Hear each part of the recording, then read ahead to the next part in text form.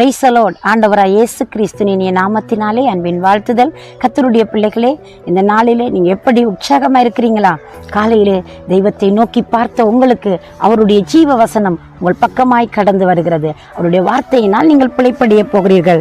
இந்த நாளிலும் உபாகம புஸ்தகம் 9வது அதிகாரம் 14ஆம் வசனம் இப்படியாக சொல்கிறது: அவர்களை பார்க்கிலும் முன்னே பலத்த ஜனம் பெருத்ததுமான ஜாதியாக்குவேன், பலத்த ஜனமாகவும் பெருத்த ஜாதியுமாக்குவேன் என்று சொல்லி ஆண்டவர் தம்முடைய பிள்ளைகளுக்கு ஒரு வாக்கை கொடுத்திருக்கிறார். இந்த நல்ல நாளிலும் அன்பு பிள்ளைகளே, ஆண்டவரால் முடியாதென்று சொல்லி ஒன்றும் இல்லைங்க. உங்களை தேவன் நீங்கள் தலை குனிந்த அந்த இடத்துல, நீங்கள் மிகவும் மனம் மடிந்து போய் நின்ற அந்த இடத்துல, நீங்கள் சோர்ந்து போயிருந்த அந்த நிலையில தேவன் எடுத்து உங்களை நிரப்பி நடத்த வல்லமை உள்ளவராயிருக்கிறார். ஜனம் பெருத்தவர்களாக நீங்கள் பெருகின பலத்த ஜாதியாய் ஆளுகை செய்கிறவர்களாய் இருக்கத்தக்கதாய் தேவன் உங்களுக்கு அற்புதம் செய்ய வல்லவராயிருக்கிறார். நீங்கள் இன்றைக்கு ஒரு வேளை சொல்லலாம், ஆண்டவரே, நான் தலை குனிந்து போய்விட்டேன், நான் அவமானப்படுத்தப்பட்டிருக்கிறேன், நான் மிகவும் அருவருப்பாய் எண்ணப்படுகிறேன், என்னிடத்துல பொருள் இல்லை, பணம் இல்லை, அந்தஸ்து இல்லை, அறிவில்லை என்று சொல்லலாம்.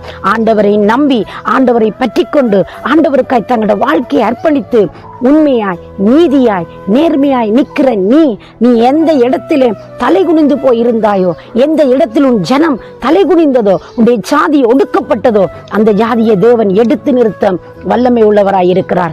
எந்த பாகுபாடும் இன்றி, எந்த வேற்றுமையும் இன்றி, எந்த காரியத்தையும் உங்களோட வாழ்க்கையிலே எதிர்பாராமல் உங்களை தேவன் கனப்படுத்தி உயர்த்த ஒரு வல்லமை உள்ள ராஜாவாய் இருக்கிறார். என் அன்பு பிள்ளைகளே, இந்த நீங்க இன்றைக்கு எதை சொல்றீங்க? ஆண்டவரே, நான் ரொம்ப சோர்ந்து போயிருக்கிறேன், ரொம்ப ஒதுக்கப்பட்டிருக்கிறேன், என்னிடத்துல ஒன்றுமில்லை என்று சொல்றீங்களா? அந்த ஒன்றும் இல்லாதென்று ஒன்றை உருவாக்கி கொடுக்கிறவர், இல்லாதென்று ஒன்றை உருவாக்குறவர் தான் ஆண்டவருடைய ஸ்பெஷல், ஆண்டவருடைய விசுவசித்த தன்மையாக இருக்கிறது. இல்லாததை உருவாக்குறவர், அதை பெயர் சொல்லி அழைத்து உனக்கு பெற்றுக் கொடுக்க வல்லமை உள்ளவராய் இருக்கிறார். எதை எதிர்பார்த்து வந்திருக்கிற? கல்வியில் ஒரு உயர்வா, தொழிற்ஸ்தானத்தில் ஒரு மகிமையான ஒரு பெருக்கத்தை நீ எதிர்பார்க்கிறாயா? சம்பள உயர்வை நோக்குகிறாயா?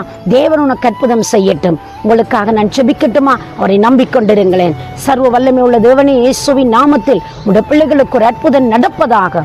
உடைய பிள்ளைகளை கனம் பண்ணி நீர் காத்து பெருக பண்ணுவீராக. இயேசுவின் நாமத்தில் ஆசீர்வதி ஜெபிக்கிறேன் ஜீவனுள்ள நல்ல பிதாவே. ஆமேன், ஆமேன். தேவன் தாமே உங்களை நிறைவாய் ஆசீர்வதிப்பாராக. God bless you.